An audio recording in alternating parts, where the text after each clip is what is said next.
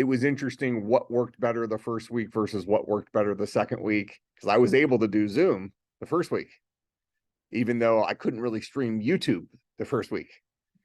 Second week, couldn't do Zoom. YouTube, Netflix, whatever worked flawlessly, no problem on Sterling. It's kind of a, and those are some of the things you consider when you're network engineers. How do you keep your network usable by everybody so that people don't shut down your bandwidth or whatever? If everybody was doing Zoom at the same time, taking over that upload speed, well, then people wouldn't even be able to send emails or something like that. So it was a decision they had to make. Might have been nice if they would have advertised that, but you know, it is what it is. Okay. So having said that, tech talk tonight at, is it 6 o'clock? Yeah, I think it's 6 o'clock. Oh, this guy, right? Yeah, so tonight, 6 p.m. It's on Zoom. I'm not requiring it because we didn't have the dates early enough, but I strongly encourage you to attend.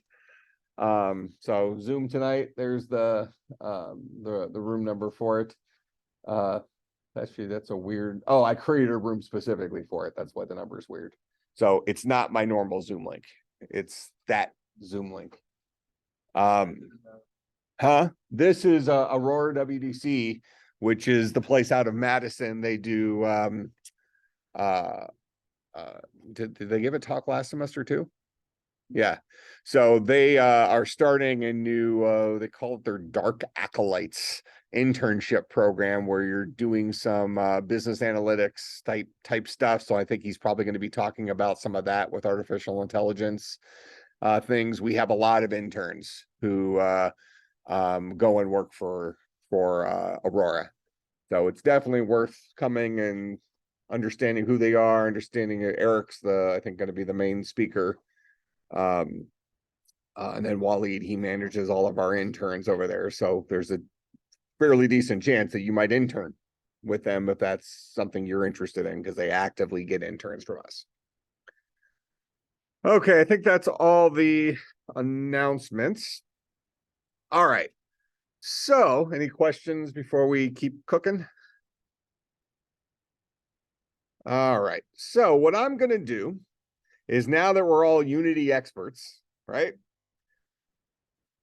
We're going to go ahead and we're going to create a new project. And I'm going to do a couple of things today. Let's see. So create a new project. Actually, I'm going to cancel this for a second. Let me see here. Oh, that's gonna be Vader's new home. They all survived the trip. Yeah. Actually, one of the African cichlid basically doubled in size while we were gone. But they're all still there. They're all still there. Yeah, because Vader is now, they grow about an inch a month so Vader's probably about 5 inches long now. He can he can eat small grapes. Oh goodness. He just swallows them whole. You put something in there, you could drop a little stick in there, he'll grab it and swim away with it. He'll figure it out later. He tries jumping out of the tank all the time. Keeps hitting I have to put a little weight on top of it because he keeps banging into the thing and popping the popping the lid. All right. So what we want to look at today is something called GitHub. All right. All right. So we're going to go to GitHub. Now, I'm going to have you use something called GitHub Desktop. It's kind of a more convenient way of using GitHub. If you already know everything there is to know about GitHub and you want to use it the old school way, that's fine. Do whatever makes you happy. All right. So I'm going to go to Git Desktop here, and because I don't think I have it on this machine yet. Do I? I do not. Good. So I'm going to go ahead and download this guy. Now, what GitHub is, first of all, there is a application called Git, G-I-T, and it's for source control, which means that you can store your computer programs in like a folder, and it keeps track of all the changes you ever make. So you can roll back to different changes. You can collaborate with other people and have 3, 4, 5 people working on the same project and check in and check out changes. You can merge things together, stuff like that. You will be using this in industry. So GitHub, well, Git is a common thing for industry. And there's a couple of competitors. Microsoft has a version control system as well. But those are probably the two big ones. There's something called Bitbucket, I think. But whatever. In any case, GitHub is a website for creating Git repositories. So if I go to github.com and you go ahead and create an account on there, if you use your .edu email address, you effectively get a professional account. The way GitHub typically works is the free version of GitHub allows you to create as many repositories as you want, many applications as you want, but they're all public. Okay, that doesn't mean they can go in and change your software, but everybody can see your software. They want to, go and download your source code and look at it and things like that. Who cares for our homework assignments, right?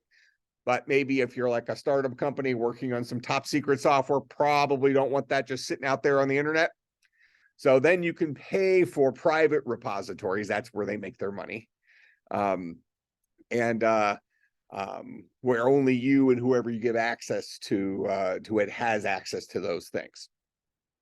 And it's very common. You've probably run into GitHub at some point, even if you've never used it. You've probably seen a link to GitHub for something or other over the last couple of years. Very, very popular. All right, so I'm going to go ahead and log into my GitHub account. But when you go and create an account, use your concordia.edu, and it'll allow you to do the educational private repository thing. You won't need it, but you'll have it in case you go and do side projects or you're working on things with your internships and you want to have a place to put your code that doesn't allow everybody in the world to see it. All right. So what I'm going to do in here, well, so now that I'm logged in to my GitHub, you see that guy there. I'm going to go ahead and we're going to install GitHub Desktop. So GitHub Desktop is going to be the application that, I'm going to throw this in my applications here. This is going to be my client for talking to my GitHub account.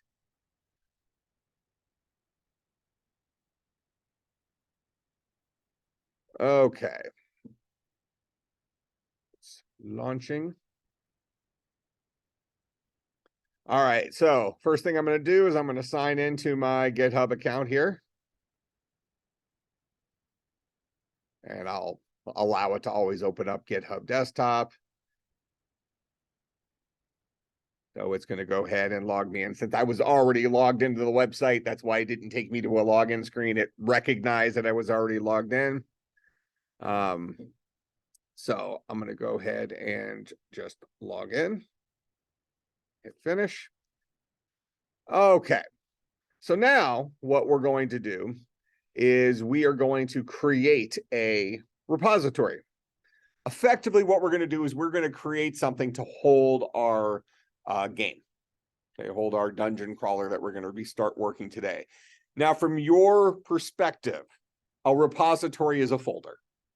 Okay, so when you create a repository, it's going to create a folder on your computer, and anything you put inside that folder will be part of your Git repository. Now, there's two sides to it. The Git software is already now installed on my computer here. It manages my repository here, all my changes and stuff like that. But only when I publish it to GitHub will it also be the same up in the cloud. Okay. And once we get farther into it, I'll kind of talk about what the cadence might be in industry. Actually, I'll talk about it right now. If you're working on a team of 5 people, you're sitting here doing your work, and at the end of your work, as long as it's in a stable state, you might save it locally, and then you might push it to either the production if it's ready to go for real time, or there might be a beta version of the software that you're saying, okay, I want it to go to this repository. Okay, at that point in time, even if your machine gets destroyed, your software is backed up. Now, let's say that you go off and you're away for 3 days. Now, during those 3 days, some of the other people on your team may have been working on the software, right? And they've they have checked in new code and stuff like that. So the copy of the project that you have local on your computer right now is out of sync with the real deal up there. Okay. So your normal go-to move might be you come to your computer and you initially do a pull. You overwrite what you have now with the latest version of the software. You do have the ability to roll it back in case the bad things happen. You incorporate a whole bunch of death bugs or something into your code. Okay, but that's kind of the point of GitHub, is it keeps every version of your different things. But what you'll do is you'll pull down the current version of the project, and from there you can then make changes, commit those changes, publish them when you're done, and that allows multiple people to keep track.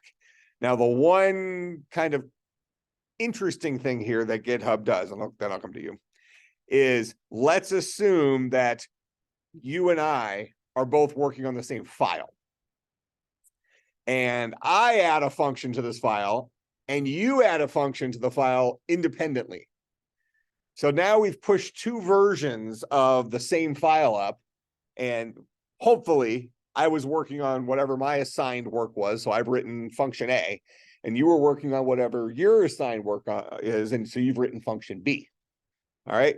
Well, now we have a conflict because we have 2 files and we have to pick which one's real. Or we can choose to merge them, which will bring it together into a single file that will have both of those functions in it. All right. These are the things that GitHub that gets the actual technology. GitHub is just one of the probably the most famous Git repository website, but there are some competitors to it. So those are kind of the tools that it allows you to do. We're not going to get that in depth with GitHub in here. What we're going to use GitHub for is a means for storing your Unity projects, or any project. I mean, now you could do this with your Java stuff or even your homework assignments, whatever you want. You can use it as just cloud storage at this point. But we're going to use it for storing our Unity projects in the cloud so that when you submit your homework, you just have to give me your GitHub link. That's why I had you do the YouTube videos for your current ones, so I could just see the thing kind of working, as opposed to being able to clone your repository and just hit run. Make sense? All right. So I answered your question? Okay. Any other questions before we see this by example? Because there's going to be a very important step, a couple of important steps when we first create our repository here. That coffee was way hotter than I expected it to still be. Who? I launched this thing. I just launched Git Desktop and I logged into GitHub. After you log in, this is where it takes you. All right. So what we're going to do here is I'm going to go ahead and I'm going to create a new repository. So I'm going to start here with Git Desktop. Now, first thing I'll throw out there, and I'm guessing Unity maybe has it built into it now too. Many software applications, developer applications, have a drop down where you can say, commit or publish to GitHub. And it does all this stuff behind the scenes. All right. I'm giving you the generic model of I'm going to create a repository that I can put whatever the heck I want in there, and I can commit it to the cloud. So it's independent of any specific application. It's entirely possible / probable that Unity either has it built into it by default, or that there's a plugin for Unity for doing it. One of the two. Very common. Android Studio, if you do Android development, literally has a drop down that just says publish to GitHub. Not only does it support Git, it specifically talks to GitHub and just does everything for you. You just hit a button and poof, it's up there. All right. But we're going to keep it independent from this. And GitHub Desktop is the most recent way of managing this with a nice graphic user interface, where before Git was a little bit complicated to work with. Not horribly so, but a little bit complicated. So what we're going to do is we're going to create a new repository on our hard drive. Now, if you work backwards here, sometimes if you had already had a folder on your computer that you want to turn into a repository, we can add that existing thing and then tell it to create the Git stuff. But your path of least resistance is always going to be starting here and saying, I want to create a brand new repository. Okay. And we're going to call this guy CSC250 Spring 2023 Dungeon Crawler. Okay. Now, don't hit create repository yet. Very important what we're about to do on this screen. Okay. You can decide where you want to put it in your computer. It looks like I'm going to go ahead and put it in my downloads just because I like to live dangerously. And then I'm going to create a new folder in there just called Git repos. So in any case, you can choose where you want to store it on your computer. Just make sure you can find it. You can get to it eventually. All right. So the local path for this is going to be downloads, Git repos for me. The default, I think, was document GitHub repos or something. If you're happy with that, just leave it. Now, whether or not you choose a README is up to you. I typically do not. When you go to GitHub's website and you click on a project, the first thing that pops up is the README for that. And a lot of times it's information for how to use the project, because a lot of times with GitHub, you're downloading somebody else's library for doing something, and they've given you instructions for doing it. So this is, if you want them to go ahead and throw in a README file, you can have them go ahead and do that. Why don't we go ahead and click it just so we see what happens? We're going to see that there's a fresh file in that folder right from the get-go. Okay. The next step is going to be super important for us in this class. This drop down, the git ignore. Git ignore, there's a whole bunch of already built-in things in here. So we're going to go down to the one that says Unity. So here's Unity. Notice here there's also Unreal Engine, which is the kind of Unity's competitor for game engine stuff. So you want to click on Unity. Super important. The reason it's important, the way git ignore works is it says, I'm only going to put up the files in the cloud that are necessary to create uniqueness for your project. I'm not going to upload all the executables and large file stuff that Unity generates automatically behind the scenes, because that will be gigabytes and gigabytes and gigabytes of data up in the cloud. You'll see that the size of your folders on your computer are going to get surprisingly large, surprisingly quick. But when we actually store the data, it's only going to be storing the things that we've added, our assets, images, things like that, our scripts, relatively small things, so that when you do bring it down and you load it into Unity, initially Unity might work for a minute or something and regenerate all those other things. Make sense? What you don't want to do is you don't want to have GitHub or Git Desktop storing all of those large things in the cloud. It'll take forever to commit it to the cloud, and you'll probably just run out of space and it'll yell at you and say it broke. Very, very, very important that you choose the right thing here for git ignore. Unity's built into it, so effectively you don't have to worry about it. It's, here's all the files that we will ignore because they're unimportant. You don't have to manage it. You just have to select it from the dropdown. Okay. If you can see there's licenses here. You don't have to worry about any of that, but a lot of times when people put something up on GitHub to share it with other people, they release it under, like a open source usage license or something like that for what's allowed, what's not allowed. For us, it doesn't matter. So just leave it as none. All right. So I'm going to go ahead and say create repository. And poof, we have a repository. So notice here, I have a folder here called Git repos, and inside of that, I have my repository. So from our perspective right now, all it did is create a folder and put a single README file in there. All right, but now I'm going to show you something. I'm going to open up my terminal.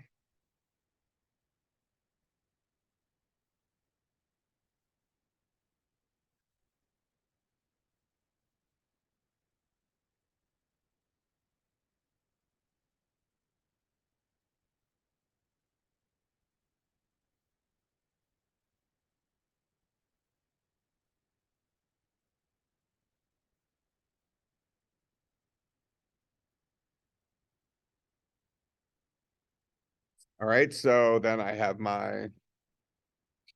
this folder here. So that's what we're looking at inside that folder. Now, if I do ls-a, see, there's a couple of other things in there that we didn't see under normal circumstances. Modern day, well, actually not modern day, directory structures in almost every operating system. If you have a file or a folder that starts with a period, it treats that as a hidden file or folder.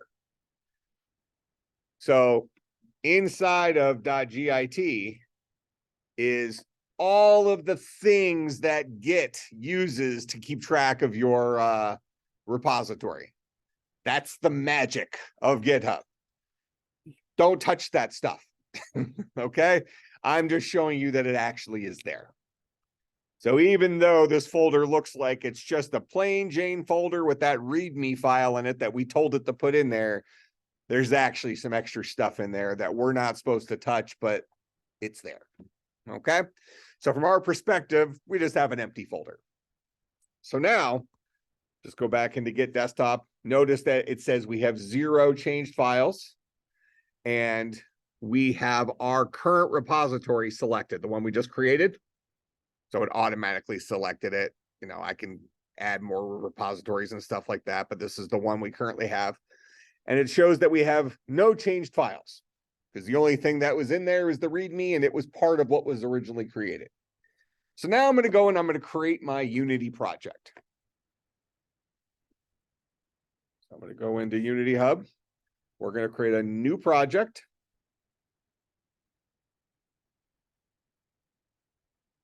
And let's see, well, let's just start with standard 3D core. So we're going to call this guy CSC, well, let's call it Dungeon Crawler.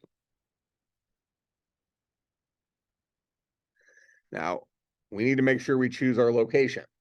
We're going to put this guy inside of that folder we just created. So I'm going to browse to downloads, my Git repos, and then that folder that my repository is. Effectively, it is my repository. Anything you put in that folder will be part of your repository. Yeah, put it inside your Dungeon Crawler folder.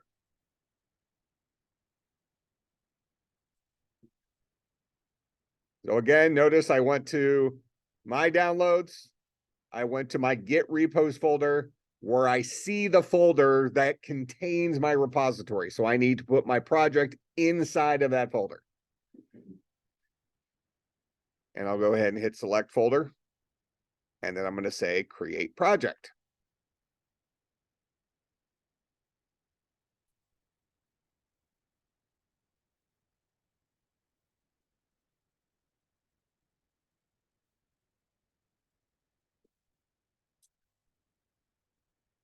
So it's doing all of its initial magic and things like that for creating a project.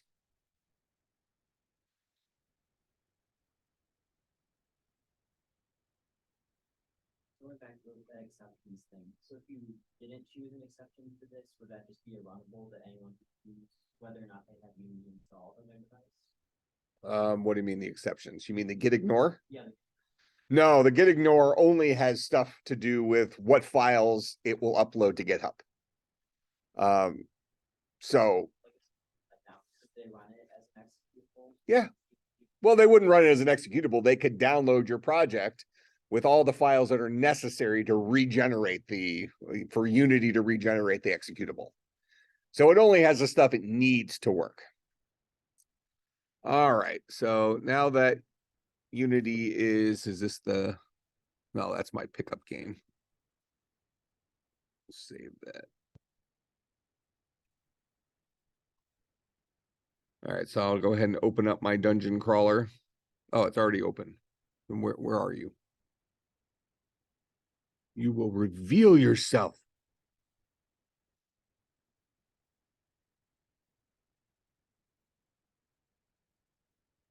My goodness.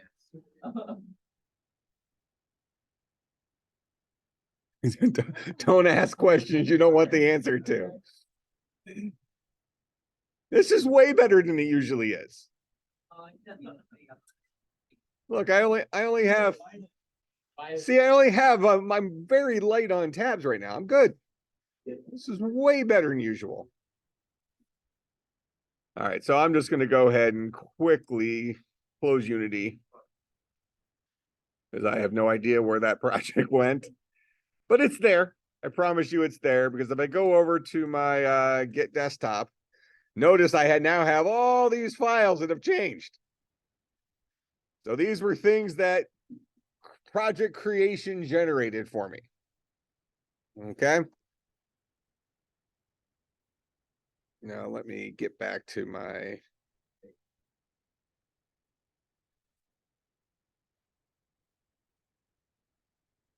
I'm not going to get done.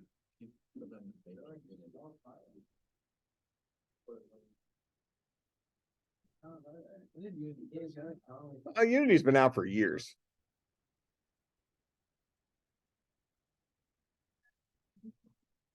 I feel like my Unity is having a bad day here. Yeah, it's not responding. So let's just force quit that.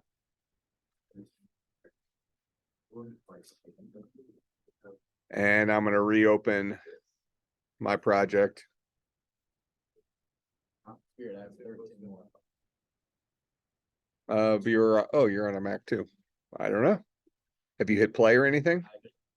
Oh, maybe it's when you opened it, I don't even have my project. Maybe because it didn't remember that I had ever opened it. All right, so here's my dungeon crawler. All right. Let's skip that version for right now. All right, so this is my plain Jane starting Unity project. If I hit play, it's an incredibly amazing game that does nothing, okay, but it does run. So if I go back to Git desktop now, notice I have even more files now. All right, so it says I have 13,860 files that have been created here. Let's just look at what the size of this folder is right now. So right now, a bare minimum Unity game is 300 megabytes. I've done nothing. I have no assets, no scripts, nothing. And it's 300 megabytes.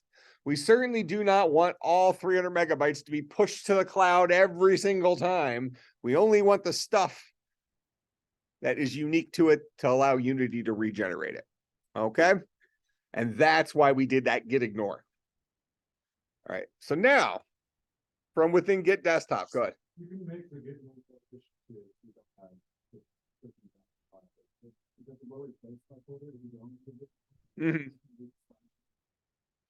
Okay. Okay. Well, let's just leave it as the default. I don't think it's gonna be too bad. In fact, I don't know that it's actually going to. I mean, it's not going to upload 13,000 files. I think it's only going to upload the files that it needs to uniquely. It just has noticed that there's been 13,000 files that have changed.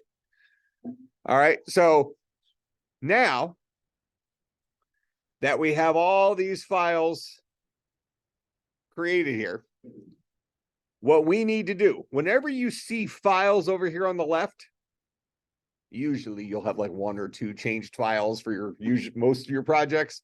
Unity's generating so much stuff behind the scenes, you'll have more than that. But whenever you see stuff in this upper left-hand corner of Git Desktop, that means you have uncommitted changes to your local repository. When we're thinking about Git and GitHub, we want to think about there being a local Git repository, and then there's a global GitHub repository that holds a duplicate of our local repository. Okay. So right now, what we're looking at is changes only locally on our computer. And it's saying there are 13,865 files that have changed. So now it wants me to put in a summary. So I'm just going to say initial Unity project. And then I'm going to say commit to main.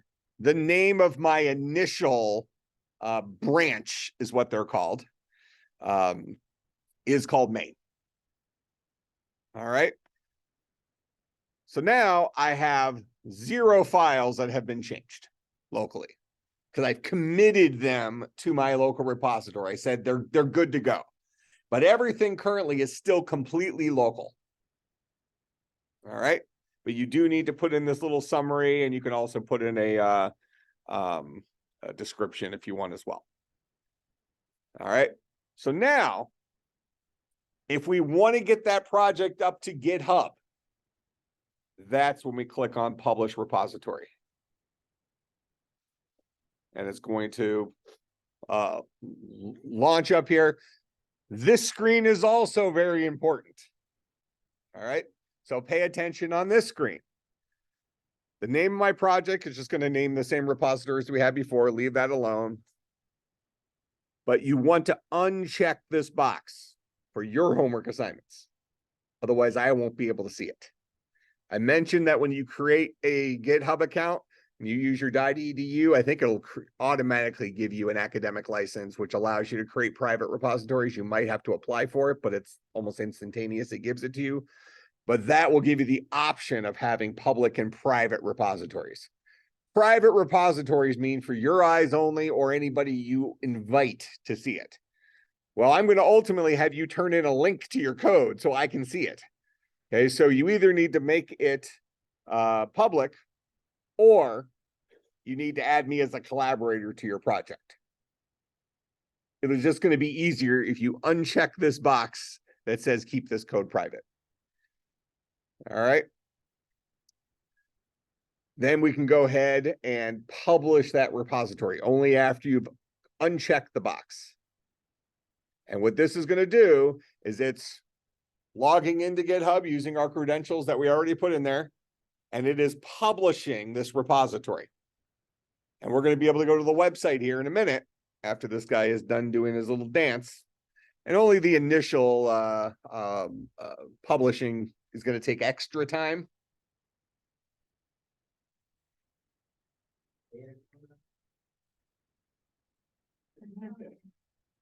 All right.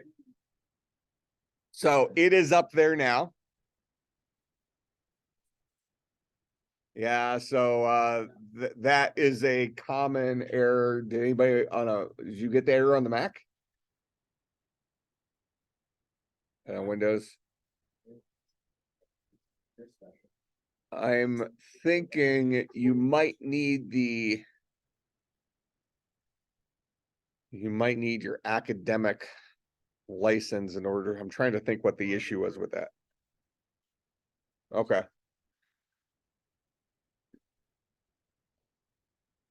If you Google the error, there's definitely a common solution to it. So let's just keep rolling to get the initial thing up, and then as you're doing your homework, you should be able to figure that out with a couple of Google searches. All right, now just to show you, I'm going to go back here. I'm going to go to GitHub. I'm going to go to my repositories. And let's see, here is my CSC250 Spring 2023 Dungeon Crawler. And notice that my README does not have much in it. All right, but this is my whole project. Here's all my assets, my library, all the things that actually need to be stored are there. Okay.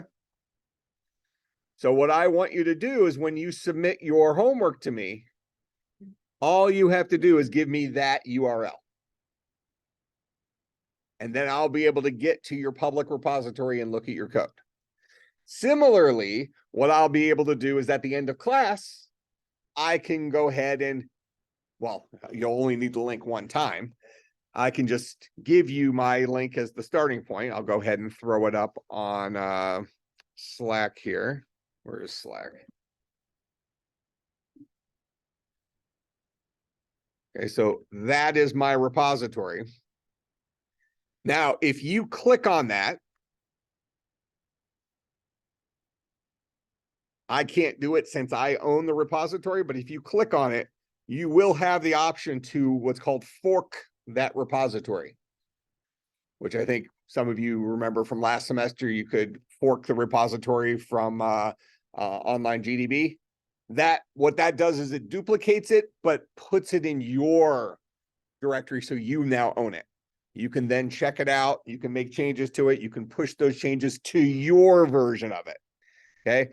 If you download a copy of my repository and make changes, you will not be able to push it back up. I'm the one who owns that Git repository. So in order for you to, and the reason I will keep this one up to date is, let's assume that your current project is in a bad place. Now, I think there's a lot of value in sitting there and debugging it and figuring out your errors and that kind of stuff. But let's just say that you're like, okay, look, I banged on this a whole bunch and we are just in a bad way here. You can fork my repository and then have the starting point that we have from class. Make sense? Which hopefully is a working version of the project. And then you can move forward from there. But when you fork the project, at that point, you get your own copy of that folder that you own, that you can check out and make changes to, yada, yada, yada. Okay, so now let's just go ahead and quickly make just a few little changes to our project just so we can see the little cadence that goes on here. All right, so I'm going to go ahead and I'm going to add a 3D object. I'm going to add a plane. So we're effectively going to put a floor in like we did in our last rolly ball project. All right, so I'll put a floor in there. Go ahead and save this. Oh, my scene hasn't even been saved. So this is we're going to call this guy. I'm going to call this Dungeon Room. Is going to be the name of this scene. Kind of the direction we're going to be going with this. Okay. All right, so I save this. Now, if I go back to Git Desktop, notice that some more files have changed. In this case, only 30 files changed. Some of them are new files, the ones that have the little green things next to it. Some of them are changed files that have the yellow thing next to it. So I'm just going to go and add a little note here, added the floor. Whatever. A lot of times when you just make minor changes, you basically just need to put enough in that box to get it to let you hit commit to main is the punchline. But if you think about this from a collaborative perspective, if you're working on a project with multiple people, adding notes to your commits is important in case they need to go back and hunt down when a certain, when did this function get added to this and it's breaking my stuff? What's the deal? This is your opportunity. This is not just for your eyes when you get into internships and, if you go and intern with Aurora from like the tonight's thing, they use GitHub as their source management. So I'm going to say commit domain here. Again, that just commits it locally. Not until I say push origin.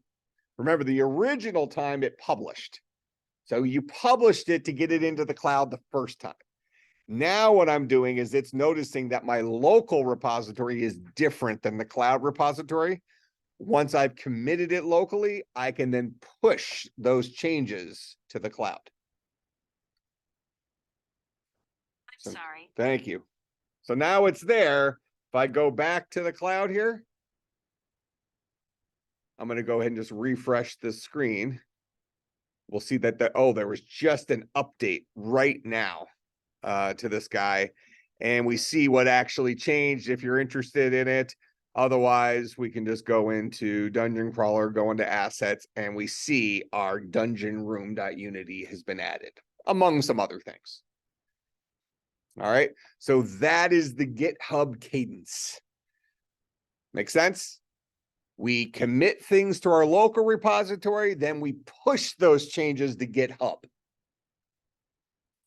All right, so for your homework for Wednesday, start a fresh project, Dungeon Crawler, and get it committed locally and push to the cloud. Make sure it's public so I can see it.